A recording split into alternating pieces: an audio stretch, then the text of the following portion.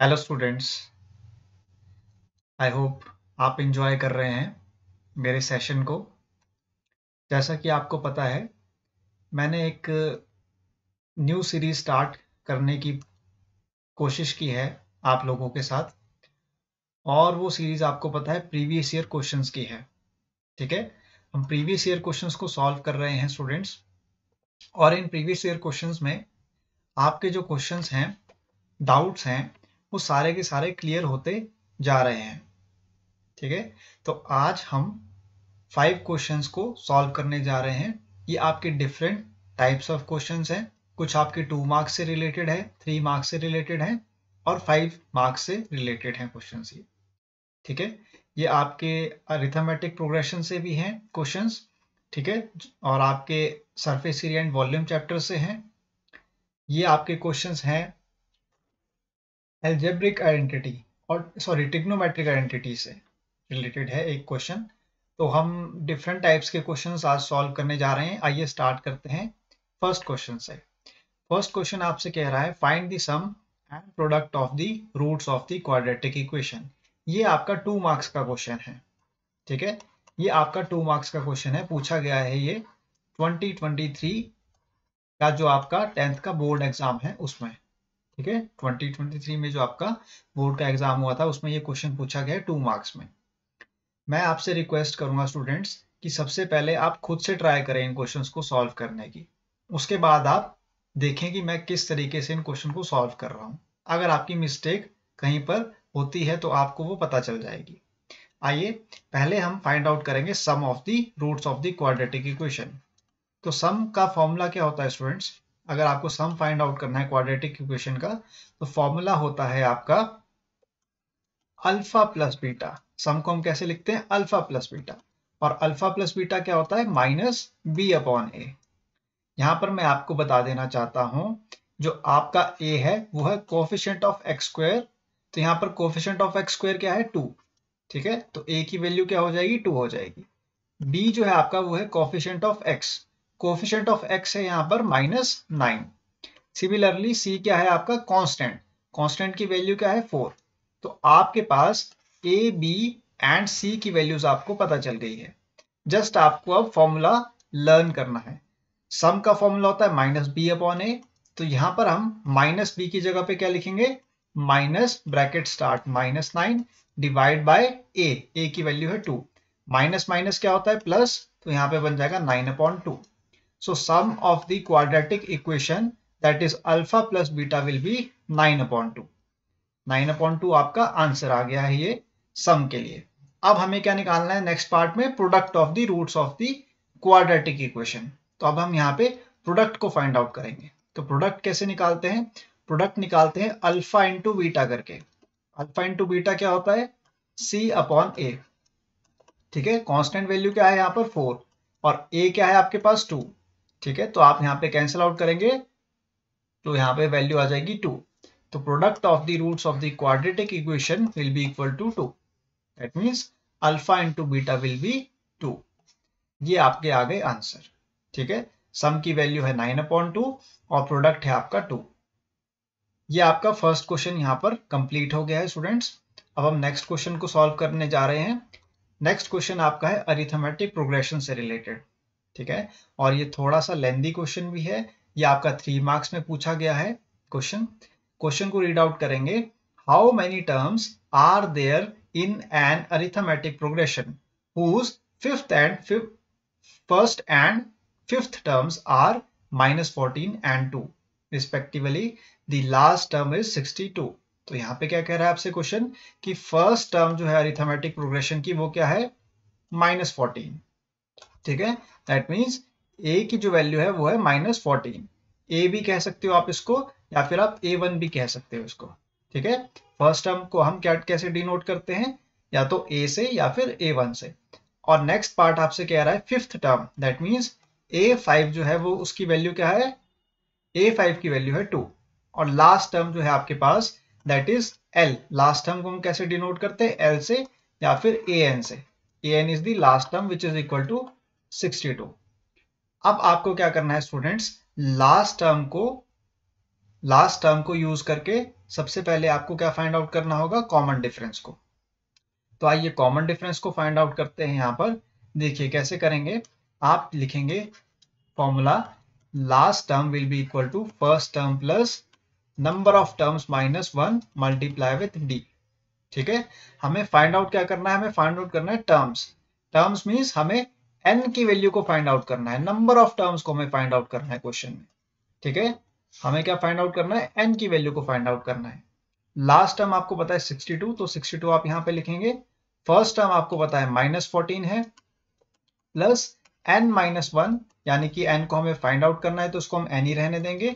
और common difference आपको पता नहीं है यहाँ पर, तो आप इसको भी d ही लिखेंगे एज इट इज।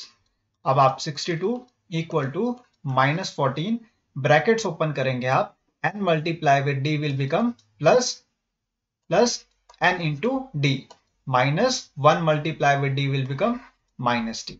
ठीक है, अब आप क्या करेंगे, -14 को लेके आएंगे कहां पर, लेफ्ट हैंड साइड में। तो 62 प्लस 14 बन जाएगा, कितना हो जाएगा ये, 4 plus 2 will be 6, 7 plus 1 will be 6 plus 1 will be 7। तो 76 will be equal to N D minus D. ठीक है, यहां तक क्लियर है आपको। ये आपकी आ गई फर्स्ट इक्वेशन। ठीक है, ये आपकी फर्स्ट इक्वेशन आ गई। ठीक है, फॉर्मूला हमने ये वाला यूज करना है, अरिथमेटिक प्रोग्रेशन का फॉर्मूला, ये आपको ध्यान में रखना है। ए एन जो है आपकी वो क्या होती है, last term, A is your first term, N is the number of terms and D is the common difference. आइए अब नेक्स्ट पार्ट में आप देखेंगे, जैसे कि यहाँ पे आपको पता है फिफ्थ जो आपके पास टर्म है उसकी वैल्यू क्या है 2, दैट मीन्स A5 की वैल्यू क्या है 2 है आपके पास। तो अब हम यहाँ से क्या फाइंड आउट कर सकते हैं स्टूडेंट्स, हम फाइंड आउट कर सकते हैं कॉमन डिफरेंस। देखिए कैसे, हम यूज करेंगे A5 का formula, that means fifth term का फॉर्मूला। फिफ्थ टर्म क्या होगी आपके पास, a plus n-1 multiply with d। ठीक है, ये आपको क्लियर है। अब यहां पर देखिए जो आपके पास A5 है उसकी वैल्यू क्या है, 2 है।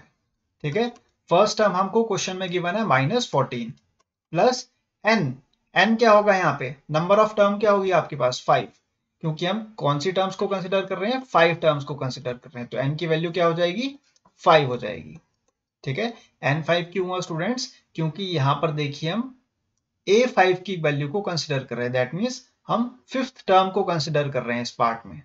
ठीक है, हमें क्या ध्यान में रखना है कि जो आपके पास A5 है वो क्या है, फिफ्थ टर्म है। तो नंबर ऑफ टर्म्स कितनी हो जाएगी, 5 टर्म्स हो जाएगी। तो n की जगह पे क्या वैल्यू आएगी, 5 आएगी।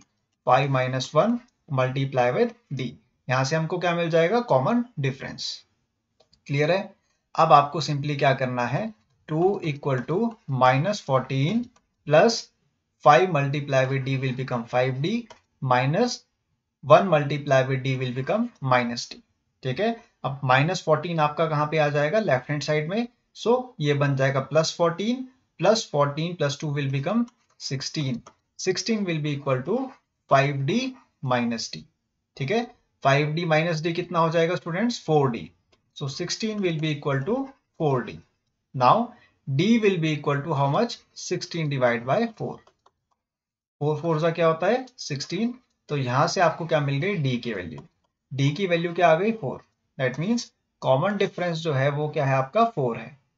कॉमन डिफरेंस क्या है आपका 4 है। अब आपको स्टूडेंट्स जैसे कि यहां पर पता है कि आपके पास कॉमन डिफरेंस आ गया है। कॉमन डिफरेंस आने के बाद आपको क्या करना है, फर्स्ट इक्वेशन को यूज करना है। फर्स्ट इक्वेशन को यूज करके आपको क्या मिल जाएगी, n की वैल्यू मिल जाएगी। और n क्या है आपके पास, नंबर ऑफ टर्म्स। यहां से फर्स्ट इक्वेशन से आपको क्या मिल जाएगा, नंबर ऑफ टर्म्स मिल जाएगा, यानी कि टोटल नंबर ऑफ टर्म्स क्या है इस अरिथमेटिक प्रोग्रेशन में, उसकी वैल्यू मिल जाएगी। तो अब हम क्या यूज करने जा रहे हैं, फर्स्ट इक्वेशन को, by using equation number 1। Equation number 1 क्या है आपके पास, 76 equal to N D minus T. ठीक है, अब सिंपली हम यहाँ पे d की वैल्यू को पुट करेंगे।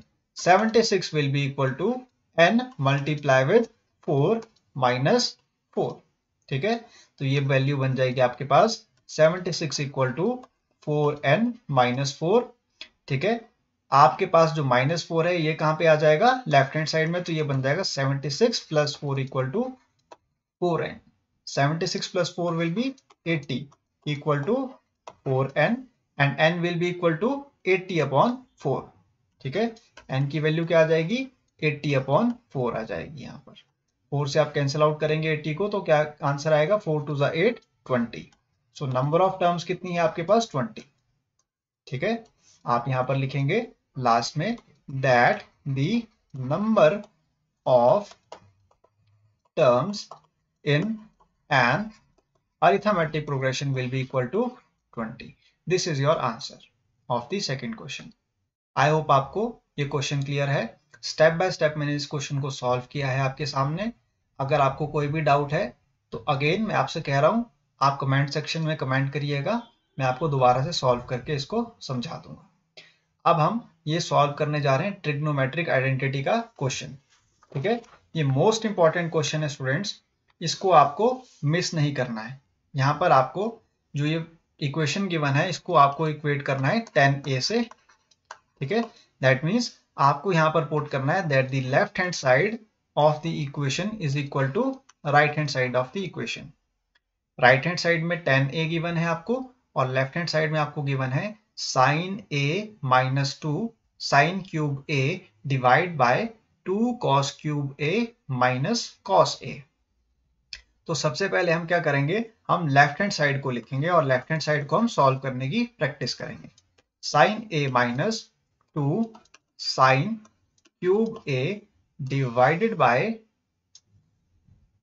2 cos cube a minus cos a। सबसे पहले आप मुझे बताइए कि आप इन दोनों इक्वेशंस को देखकर, यानी कि जो न्यूमरेटर में वैल्यू गिवन है और डिनोमिनेटर में वैल्यू गिवन है, इनसे आप क्या समझ रहे हैं। आपको ये पता चल रहा होगा यहाँ पे कि ऊपर जो न्यूमरेटर में आपके पास साइन ए है ये क्या है कॉमन है। ठीक है, साइन ए यहाँ पर भी है आपके पास और माइनस के बाद क्या है साइन क्यूब ए, तो साइन ए को हम क्या ले लेंगे कॉमन, तो ब्रैकेट में आ जाएगा 1 माइनस 2 साइन स्क्वायर ए। क्लियर है यहाँ तक। डिवाइड बाय आप लिख लोगे। अब आप जो डिनोमिनेटर में वैल्यू है यहाँ पे देखेंगे आप कि आपके पास क्या कॉमन आ रहा है cos a। ठीक है, cos क्यूब a क्या बन जाएगा 2 cos स्क्वायर a। ठीक है, minus sine as it is आएगा, cos a आपने ब्रैकेट के बाहर ले लिया है तो यहाँ पे आ जाएगा -1। क्लियर है, क्लियर है स्टूडेंट्स। इसके बाद आपको क्या करना है, आपको एज इट इज लिखना है साइन a को। ठीक है, ब्रैकेट स्टार्ट। अब आप यहाँ पे देखेंगे आपके पास है न्यूमरेटर में 1। ठीक है, 1 माइनस 2 साइन स्क्वायर ए। स्टूडेंट्स जैसे कि आपको पता है sign square A plus cos square ए, ये आपके पास है फर्स्ट ट्रिग्नोमेट्रिक आइडेंटिटी और ये इक्वल टू होती है 1।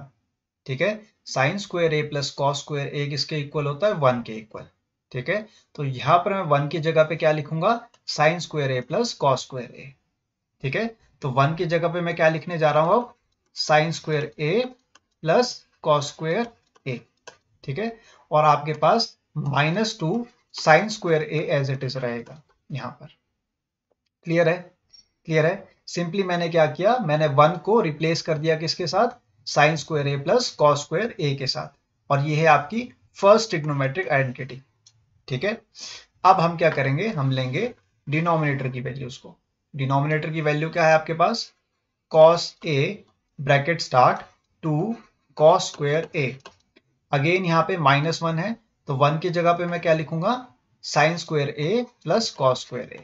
ठीक है, तो नेगेटिव साइन को मैंने ब्रैकेट के बाहर लिख लिया है और ब्रैकेट के अंदर मैं क्या लिखूंगा sine square a plus cos square a। ठीक है, और यहां पर मैं कर दूंगा ब्रैकेट को क्लोज।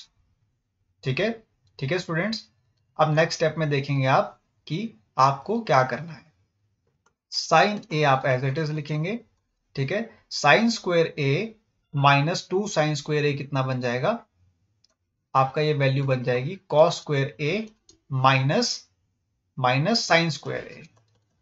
ठीक है, वैल्यू क्या बन जाएगी आपके पास cos square A minus sine square ए। देखिए कैसे, यहां पर साइन स्क्वायर ए है आपके पास स्टार्टिंग में और -2 साइन स्क्वायर ए है, तो 1 - 2 क्या होता है स्टूडेंट्स, 1 - 2 होता है -1। ठीक है, 1 मैं क्यों कह रहा हूं, क्योंकि साइन स्क्वायर ए के स्टार्टिंग में क्या लगा होगा 1 साइन स्क्वायर ए, हम इसको ऐसे लिखते हैं, देखिए 1 sign square A minus 2 sine square A. ठीक है, तो यहाँ पे देखिए +1 है, ये प्लस माइनस क्या हो जाएगा, माइनस नेगेटिव साइन, और 1 -2 कितना हो जाएगा, -1। ठीक है, साइन स्क्वायर ए आपका एज इट इज आ जाएगा। तो ये वैल्यू क्या आ गई आपके पास, -1 साइन स्क्वायर ए। तो -1 को तो हम लिखते नहीं है, तो डायरेक्टली मैंने क्या लिखा है, cos square A minus sine square ए। यहाँ से क्लियर है आपको, कंफ्यूजन तो नहीं है कुछ। तो उसके बाद हम नेक्स्ट स्टेप में क्या करेंगे, कॉस ए को एज इट इज लिखेंगे यहाँ पर। अब यहाँ पर हमें ब्रैकेट्स को ओपन करना होगा। तो ब्रैकेट्स को ओपन कैसे करेंगे, 2 cos square A minus sine square ए, और माइनस क्या हो जाएगा, कॉस स्क्वायर ए। यहां से हमने क्या किया, ब्रैकेट्स को ओपन कर लिया और ब्रैकेट को क्लोज कर लिया। ठीक है, ब्रैकेट को ओपन करने पे मैंने क्या किया, साइन को चेंज कर लिया है। पॉजिटिव साइन मेरा क्या बन गया, ब्रैकेट के अंदर नेगेटिव बन गया है। अब आपको क्या करना है, sign A bracket start cos square A minus sine square A को एज इट इज लिखना है न्यूमरेटर में, और इसको आपको डिवाइड करना है किससे, cos A bracket start 2 cos square A minus cos square A. ठीक है, मैंने आपको क्या बताया था, 2 cos square A minus cos square A. ठीक है, तो कॉस स्क्वायर ए के स्टार्टिंग में क्या लगा होगा, -1 लगा होगा स्टूडेंट्स। ठीक है, ये बाय डिफॉल्ट है। किसी भी ट्रिग्नोमेट्रिक आइडेंटिटी में अगर आपको गिवन है कॉस स्क्वायर ए, सिंपल कॉस स्क्वायर ए, या फिर साइन स्क्वायर ए, टेन स्क्वायर ए, सीकेंड स्क्वायर ए, कुछ भी गिवन है आपको, तो उसके स्टार्टिंग में क्या हमेशा लगा होगा, 1 लगा होगा। ठीक है, अब यहाँ पे 2 - 1 क्या होगा, 1, और कॉस स्क्वायर आपका एज इट इज आ जाएगा। तो ये वैल्यू आपके पास क्या आ गई, 1 cos square A. That means 1 cos square A को हम कैसे लिखेंगे, simple cos square A minus sine square A. ठीक है, अब आप देखेंगे यहाँ पर cos square A minus sine square A आपका कॉमन है, न्यूमरेटर में भी और डिनोमिनेटर में भी। इन दोनों को हम क्या कर देंगे, कैंसल आउट कर देंगे। तो रिमेनिंग आपके पास क्या आ गई value, sign A cos A. ठीक है, रिमेनिंग वैल्यू आपके पास क्या आ गई, sign A cos A. Sign A cos A क्या होता है students, tan A. Hence you have proved that the left hand side is equal to right hand side. This is your answer. ठीक है, आप जो लेफ्ट हैंड साइड है वो किसके इक्वल है, राइट हैंड साइड के इक्वल है। ये आपने यहाँ पर प्रूव कर दिया है।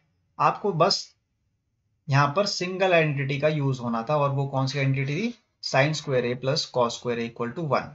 ठीक है, और इसको हमने 1 से रिप्लेस कर दिया था यहाँ पर। उसके बाद ये क्वेश्चन करना बहुत ही ईजी है। जस्ट आपको साइंस को ध्यान में रखना होगा, प्लस माइनस को सॉल्व करने में गलती नहीं करनी है। यहाँ पर जैसे ही ब्रैकेट को आप रिमूव करेंगे तो साइंस को आपको चेंज करना होगा इस स्टेप में, ये आपको ध्यान में रखना है। ठीक है, इसी तरह हमारा ये थर्ड क्वेश्चन भी कंप्लीट हो गया स्टूडेंट्स। अब हम फोर्थ क्वेश्चन को सॉल्व करने जा रहे हैं। फोर्थ क्वेश्चन आपका कह रहा है कि ए wooden article was made by scooping out a hemisphere from each end of a solid cylinder. If the height of the cylinder is 10 centimeter and its base is of radius 3.5 centimeter, find the total surface area of the article. ठीक है, तो आपको क्या given है, आपको एक article given है would का, यानी कि लकड़ी का एक आपको मटेरियल गिवन है, और वो मटेरियल किस शेप में, सिलेंडर की शेप में। ठीक है, ये आपका सिलेंडर है। ठीक है, ये क्या है, आपका एक सिलेंडर है। इस सिलेंडर में आपको दोनों एंड्स पर क्या मिलेंगे, हेमिस्फेयर मिलेंगे। दोनों एंड्स पे आपको क्या मिल रहा है, हेमिस्फेयर मिल रहा है। ठीक है, ये इसका टॉप एंड और ये इसका बॉटम एंड। इन दोनों एंड्स पे क्या है, एक हेमिस्फेयर है। हेमिस्फेयर आप समझते हैं, हेमिस्फेयर आपका देखिए इस शेप में, ये आपका टॉप एंड पे एक हेमिस्फेयर है, और ये आपका एक बॉटम एंड में हेमिस्फेयर है। हेमिस्फेयर क्या होता है, स्फेयर यानी कि एक बॉल, और बॉल को जब आप सेंटर से कट करेंगे तो वो 2 इक्वल पार्ट्स में डिवाइड हो जाएगी। तो वो जो 2 इक्वल पार्ट्स में डिवाइड हो रहा है आपका सरफेस, वो क्या कहलाता है, हेमिस्फेयर। यानी कि कटोरी, एक कटोरी या फिर बाउल आप ले लोगे तो वो क्या है, एक हेमिस्फेयर है। ठीक है, what is hemisphere, hemisphere just एक कटोरी या फिर आप कह सकते हो एक बाउल है। ठीक है, तो यहाँ पर एक सिलेंडर गिवन है आपको, और इस सिलेंडर के दोनों एंड्स पे आपको क्या गिवन है, हेमिस्फेयर गिवन है। इस सिलेंडर की हाइट है students 10 centimetre. What is the height of this cylinder? The height of this cylinder is 10 centimetre, right. तो यहां पर हमने इसको डिफाइन कर लिया है, हाइट को 10 सेंटीमीटर, ठीक है। और जो इसका बेस है उसका रेडियस कितना है, 3.5 centimetre, that means this side, ठीक है। तो आपका जो रेडियस है वो कितना है, 3.5 सेंटीमीटर है। अगर बॉटम एंड पे 3.5 सेंटीमीटर है रेडियस इसका, तो टॉप में कितना होगा, टॉप में भी इसका रेडियस होगा 3.5 सेंटीमीटर। रेडियस क्या होता है स्टूडेंट्स? रेडियस जो होता है वो होता है हाफ ऑफ द डायमीटर, ठीक है। रेडियस क्या होता है, हाफ ऑफ द डायमीटर। अब आपसे क्वेश्चन पूछ रहा है कि आपको फाइंड आउट करना है total surface area of the article, ठीक है। Total surface area of the article क्या होगा students? Total surface area of the article का मीनिंग है कि आपको फाइंड आउट करना है कर्व्ड सरफेस एरिया किसका, सिलेंडर का। सबसे पहले तो curved surface area of the cylinder plus curved surface area of the hemisphere, curved surface area of the hemisphere. और हेमिस्फेयर कौन से, टॉप एंड बॉटम दोनों, ठीक है। देखिए बॉटम में भी एक हेमिस्फेयर है और टॉप पर भी एक हेमिस्फेयर है। इन दोनों का जब आप curve surface area find out कर लोगे, और एक सिलेंडर जो आपको बीच में दिख रहा है ये पोर्शन, इसका आपको कर्व सरफेस एरिया मिल जाएगा। तो यहां से आपको क्या मिलेगा, टोटल सरफेस एरिया इस आर्टिकल का, वुडन आर्टिकल का, ठीक है। तो आप समझ गए मैं क्या कहना चाह रहा हूं। देखिए सबसे पहले तो हम curve surface area of cylinder निकालेंगे, ठीक है। सरफेस एरिया क्या होता है स्टूडेंट्स? सरफेस एरिया का मीनिंग क्या है, आप मुझे ये बताएं। सरफेस एरिया का मीनिंग है, सरफेस क्या होता है, सबसे पहले तो आप ये बताएं मुझे। सबसे पहले तो आप मुझे ये बताएंगे कि सरफेस क्या होता है।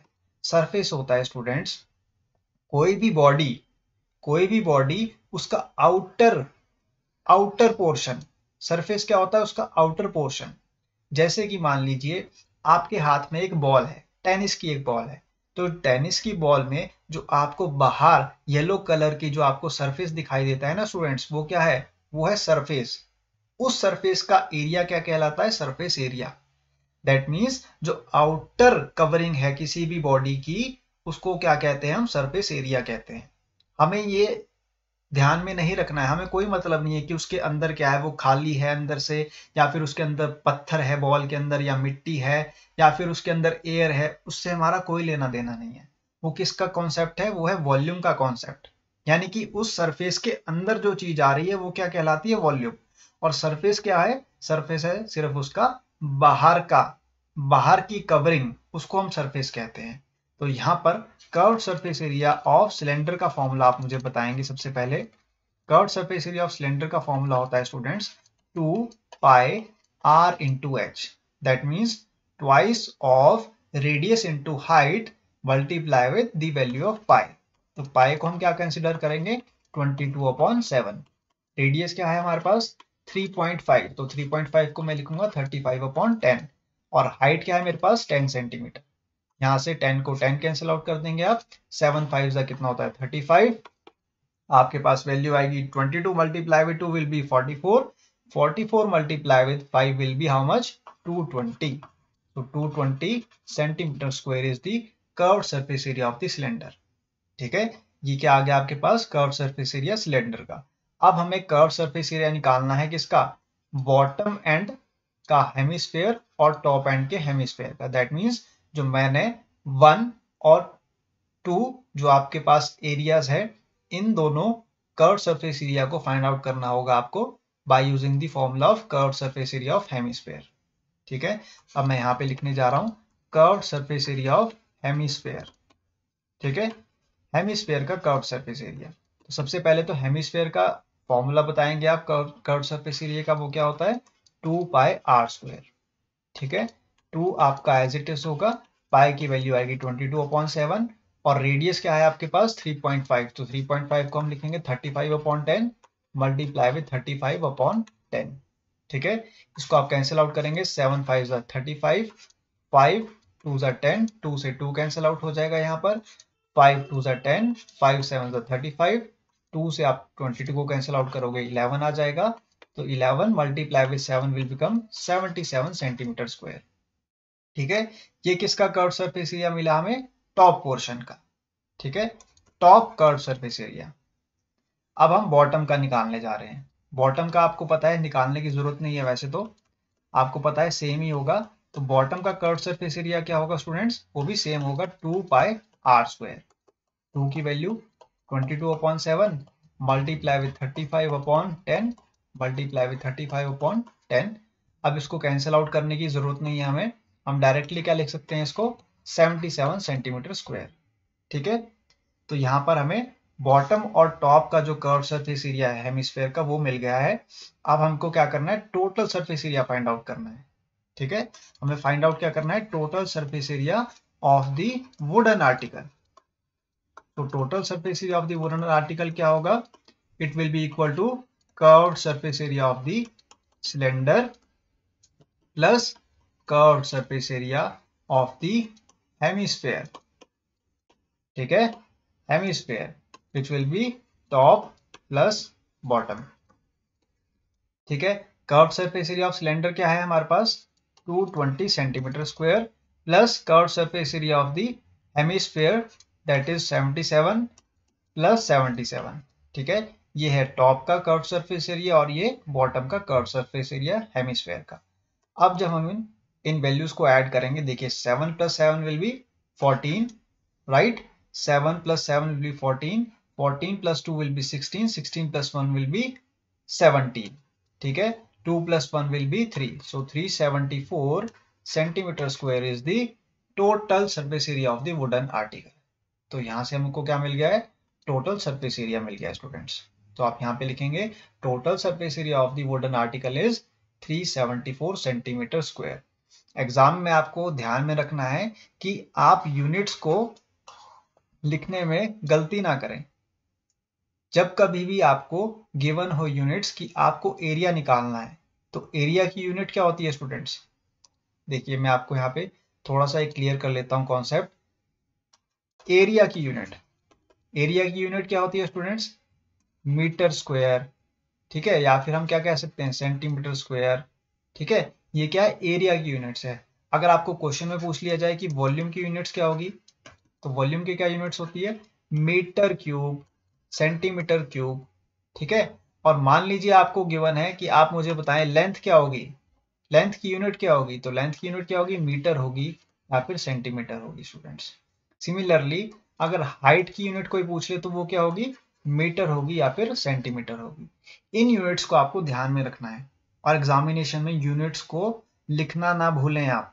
अगर आपने यूनिट्स को नहीं लिखा क्वेश्चन में तो आपके मार्क्स कट हो जाएंगे। इसका भी हाफ मार्क कट होता है एग्जामिनेशन में, इसलिए आपको यूनिट्स को लिखना नहीं भूलना है एग्जामिनेशन में। जहां पर एरिया गिवन है वहां पे क्या आएगा? Metre square, centimetre square. जहां पर वॉल्यूम गिवन है तो वो वहां पर क्या लिखेंगे आप? मीटर क्यूब या फिर सेंटीमीटर क्यूब। ठीक है, वो डिपेंड करता है कि आपको एग्जामिनेशन में यूनिट्स किस फॉर्म में दी गई है। अगर आपको सेंटीमीटर में गिवन है तो आप सेंटीमीटर लिखेंगे, मीटर गिवन है तो मीटर लिखेंगे, या फिर आपको अगर यूनिट्स जो है वो डिफरेंस गिवन है, जैसे मान लीजिए मीटर गिवन है आपको, हाइट हाइट आपको गिवन है मान लीजिए 50 मीटर। ठीक है, और आपको गिवन है लेंथ कितनी?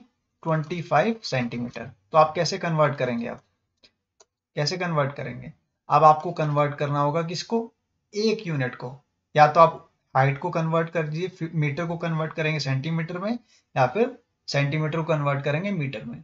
इसके लिए मैं एक अलग से आपको एक सेशन लेके आऊंगा, उसमें एक्सप्लेन करूंगा कि कैसे हम यूनिट्स को कन्वर्ट करते हैं।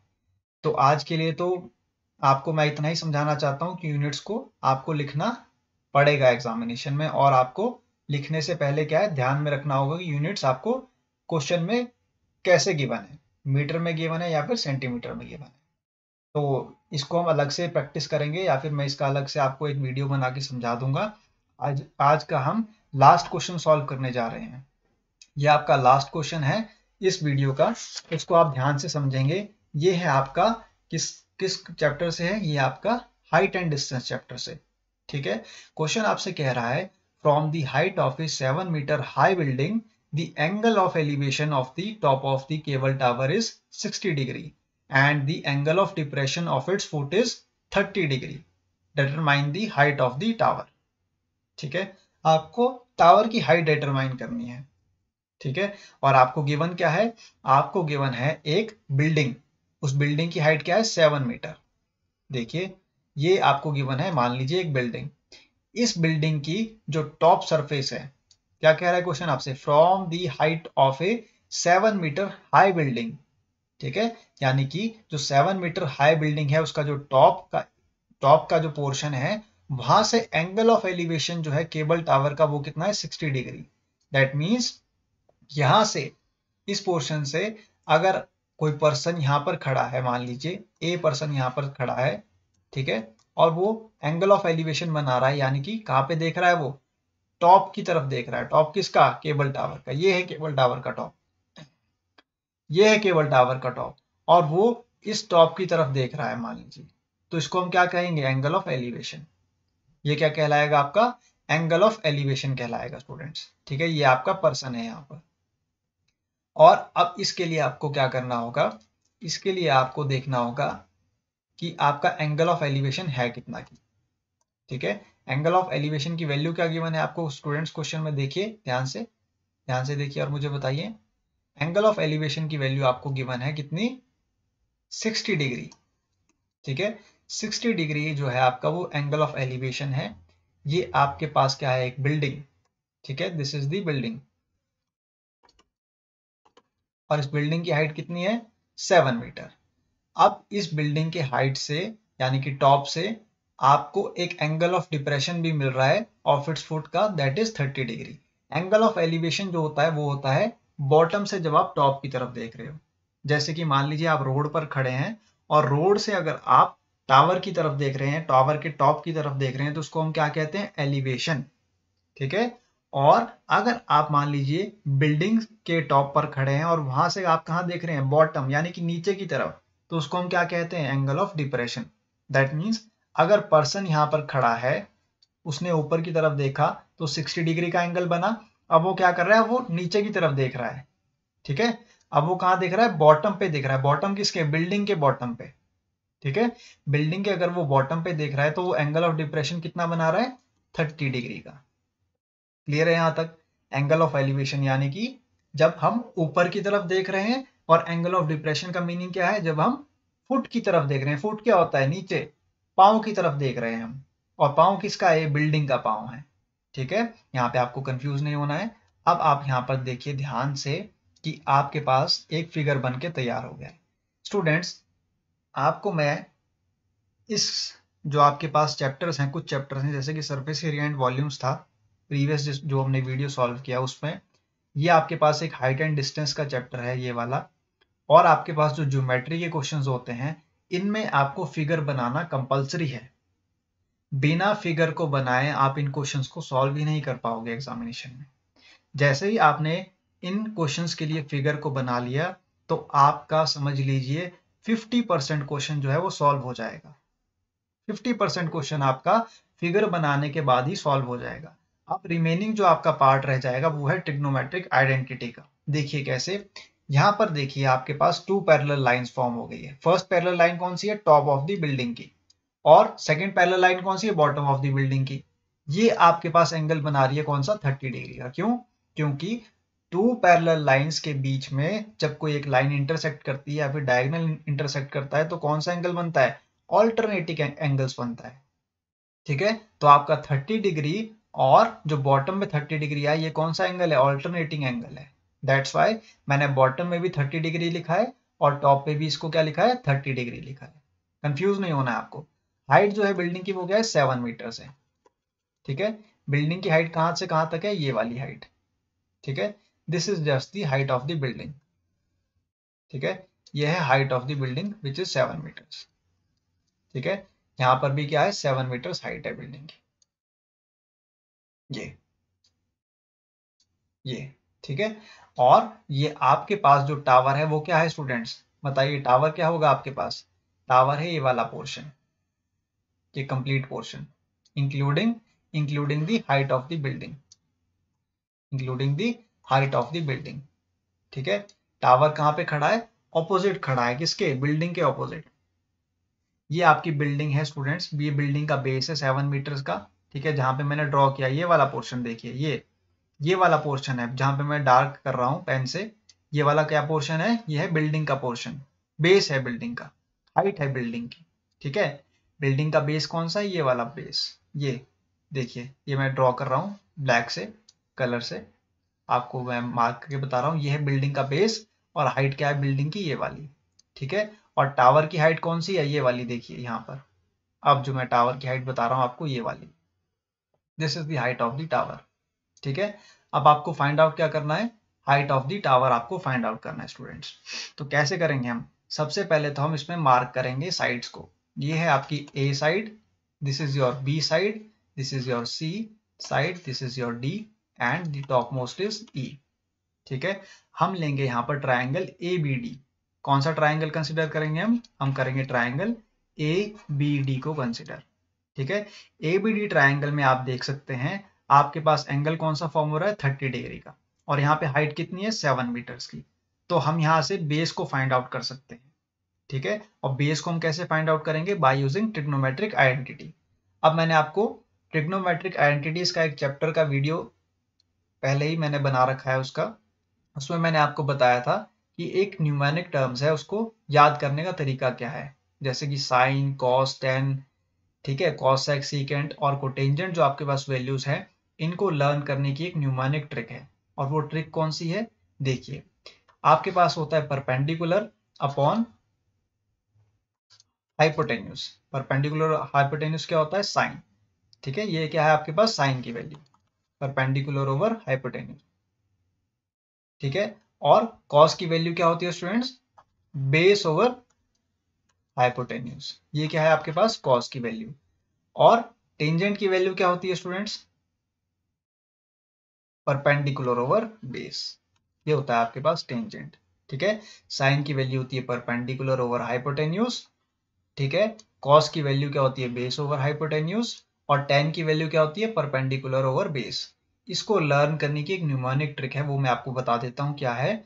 पंडित, पी से पंडित, ठीक है, बी से बद्री प्रसाद, ठीक है, बी से बद्री, और पी से क्या आता है, प्रसाद, ठीक है। पंडित बद्री प्रसाद हर हर हर हर भोले, ठीक है। पंडित बद्री प्रसाद हर हर भोले, इसको लर्न करने की ये क्या है, एक ट्रिक है, ठीक है। पी से पंडित, बी से बद्री, पी से प्रसाद, नीचे हर, अगेन हर, फिर बी क्या है, भोले। तो टेन, टेन की वैल्यू क्या है, परपेंडिकुलर ओवर बेस। तो यहाँ पर परपेंडिकुलर क्या है आपके पास, परपेंडिकुलर क्या है, परपेंडिकुलर है आपके पास हाइट ऑफ द बिल्डिंग। तो यहाँ पे आप लिखेंगे टेन 30 डिग्री, दैट मीन्स जो टेन 30 डिग्री का एंगल फॉर्म हो रहा है वो हो रहा है आपका फॉर्म परपेंडिकुलर ओवर बेस पे, ठीक है। टेन 30 डिग्री क्या होता है स्टूडेंट्स, टेन 30 डिग्री होता है 1/√3, which will be equal to, perpendicular है आपके पास height of the building which is 7 metres, base की वैल्यू आपको फाइंड आउट करनी है तो उसको आप बी ही कंसिडर करेंगे, ठीक है। बेस क्या है आपके पास, ए बी की वैल्यू, ठीक है। What is base, base is A B, ठीक है, आपको ध्यान में रखना है ये, what is base, base is A B.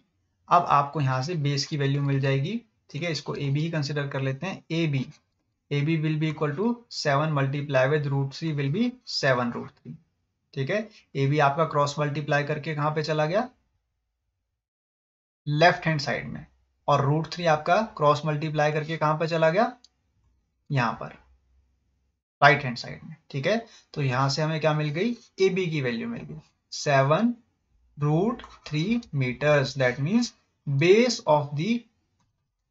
Of the building is 7√3 metres.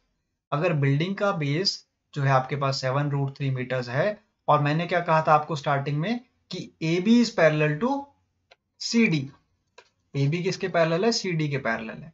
तो यहां पर भी क्या वैल्यू आ जाएगी बेस की, 7√3 मीटर्स आ जाएगी, ठीक है। अब आपको इजी हो जाएगा क्या, फाइंड आउट करना हाइट ऑफ द टावर।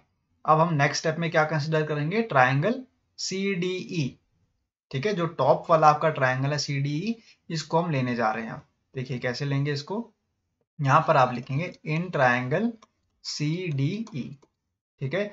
इस ट्राइंगल में आपके पास बेस है और आपको फाइंड आउट क्या करना है, हाइट, ठीक है। हाइट है आपके पास सी ई, तो आप यहाँ पे लिखेंगे tan 60 degree will be equal to perpendicular over base. ठीक है, परपेंडिकुलर की वैल्यू क्या है? परपेंडिकुलर है आपके पास CE divide by base which is 7√3। ठीक है, tan 60 क्या होता है students? What is tan 60? tan 60 is √3। ठीक है, tan 60 की वैल्यू क्या होती है? √3 which will be equal to CE divide by 7√3। ठीक है, CE will be equal to 7√3 multiply with √3। √3 के साथ मल्टीप्लाई होता है स्टूडेंट्स, तो क्या वैल्यू आती है?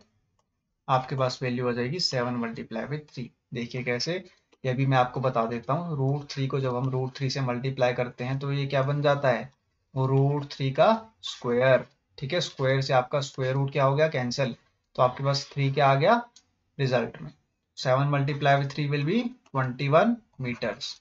ठीक है, 21 मीटर आपके पास क्या वैल्यू आई है? CE की। ठीक है, यहाँ पे ध्यान से देखेंगे, CE की वैल्यू क्या आ गई? 21 मीटर्स आ गई। और टावर की हाइट क्या है आपके पास? BE। What is the height of the tower? Height of the tower is BE। तो BE की वैल्यू क्या होगी? 21 प्लस 7। ठीक है, 7 मीटर जो आपकी हाइट ऑफ द बिल्डिंग है, इसको जब आप ऐड करेंगे इसके साथ CE की वैल्यू के साथ, जो कि आपके पास 21 मीटर आई है, तो इससे आपको क्या मिल जाएगा? हाइट ऑफ द टावर मिल जाएगी। ठीक है, तो आप यहाँ पे लिखेंगे height of the tower will be equal to how much? CE plus height of the building. ठीक है, हाइट ऑफ द बिल्डिंग कितनी थी स्टूडेंट्स? 7 मीटर्स। सो CE की वैल्यू है 21 plus 7 will be equal to how much? 28 meters. So the height of the tower is 28 meters. This is your answer. 28 meters जो है आपका वो आंसर आ गया है लास्ट क्वेश्चन का। आज हमने 5 क्वेश्चन सॉल्व किए हैं। आई होप आपको सभी के सभी क्वेश्चंस समझ में आ गए होंगे। ठीक है, और मैंने इन क्वेश्चंस को बहुत ही अच्छे से एक्सप्लेन करने की अपनी तरफ से पूरी कोशिश की है। अगर फिर भी किसी स्टूडेंट को समझ में नहीं आया है, कोई डाउट है, तो वो कमेंट कर सकता है मुझे। मैं कमेंट सेक्शन को पढ़ के आपके डाउट्स को क्लियर करने की कोशिश करूँगा। ठीक है, आज के लिए इतना ही। और आपको अगर मेरा वीडियो पसंद आया है तो अपने फ्रेंड्स के साथ भी इसको शेयर करें। और लाइक तो आप लोग कर ही नहीं रहे हैं स्टूडेंट्स, तो उसके लिए